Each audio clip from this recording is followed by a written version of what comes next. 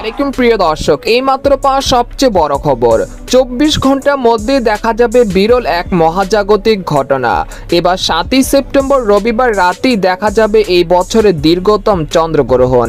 হঠাৎ রাতের আকাশ থেকে হারিয়ে যাবে চাঁদের আলো, চারদিক যেন অমাবস্যায় রূপ নিবে। টানা 5 ঘন্টা চলবে এই চন্দ্রগ্রহণ। এই এক ভয়ানক দৃশ্য সাক্ষী হতে চলেছে গোটা বিশ্ব।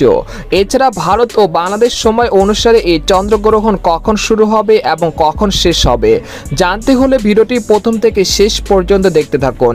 আর সবার আগে সর্বপ্রথম সঠিক খবর জানতে আমার চ্যানেলটিকে সাবস্ক্রাইব করে রাখুন। এবার জেনে নিন এক নজরে।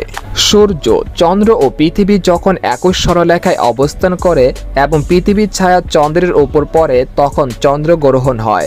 আর এইবার দেখা যাবে ব্লাড মুন নামের বিশাল বড় চন্দ্রগ্রহণ। এটি দেখা যাবে 7ই সেপ্টেম্বর রবিবার রাতের আকাশে, যা দেখার জন্য অধীর আগ্রহে বসে আছে বাংলাদেশ ও ভারতবর্ষ সহ সারা বিশ্বের মানুষ। আরও বিস্তারিত জেনে নেওয়া যাক। এদিকে এই বছরের শেষ চন্দ্রগ্রহণ হবে আগামী 7ই সেপ্টেম্বর রবিবার। এই দিন পূর্ণ গেরাস চন্দ্রগ্রহণ হবে। চন্দ্রগ্রহণটি 7ই সেপ্টেম্বর রাত থেকে শুরু হয়ে পরের দিন অর্থাৎ 8ই সেপ্টেম্বর ভোর পর্যন্ত চলবে। মোট 7 ঘন্টা 27 মিনিট স্থায়ী হবে গ্রহণটি। বাংলাদেশ সময় অনুযায়ী 7ই সেপ্টেম্বর রাত 9টা 28 মিনিটে চন্দ্রগ্রহণটি শুরু হবে। তবে সুখবর রয়েছে, এই সময় ঢাকা, রাজশাহী, খুলনা, বরিশাল ও চট্টগ্রাম বিভাগের সব কয়টি জেলা সহ ভারতবর্ষের আকাশ আয়নার মতো ক্লিয়ার থাকতে পারে। এতে করে স্পষ্টভাবে দেখা যাবে চন্দ্রগ্রহণটি। এদিকে ওই দিন চন্দ্রগ্রহণটি পূর্ণাঙ্গভাবে দেখা যাবে এমন স্থান হলো পূর্ব ইন্দোনেশিয়ার হিলা দ্বীপ থেকে শুরু করে পশ্চিম কেনিয়ার মোম্বা শহর পর্যন্ত। এই দুই প্রান্তের কিছুটা পূর্ব পশ্চিমীয় আংশিক গ্রহণটি দেখা যাবে।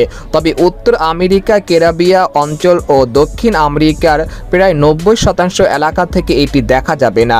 গ্রহণ এর জন্য কোনো প্রকার সাবধানতা অবলম্বন করা লাগবে না।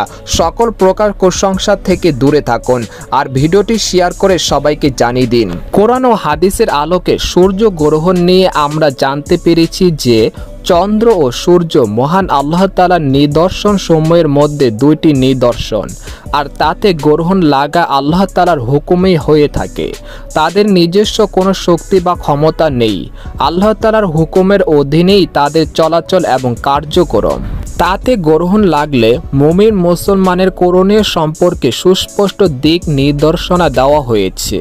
সুতরাং চন্দ্রগ্রহণ এ সময় বেশি বেশি দোয়া করা, তাসবিহ পড়া, তাওবা ইস্তেগফার করা, নামাজ পড়া এবং দান সৎকার আবশ্যক কর্তব্য।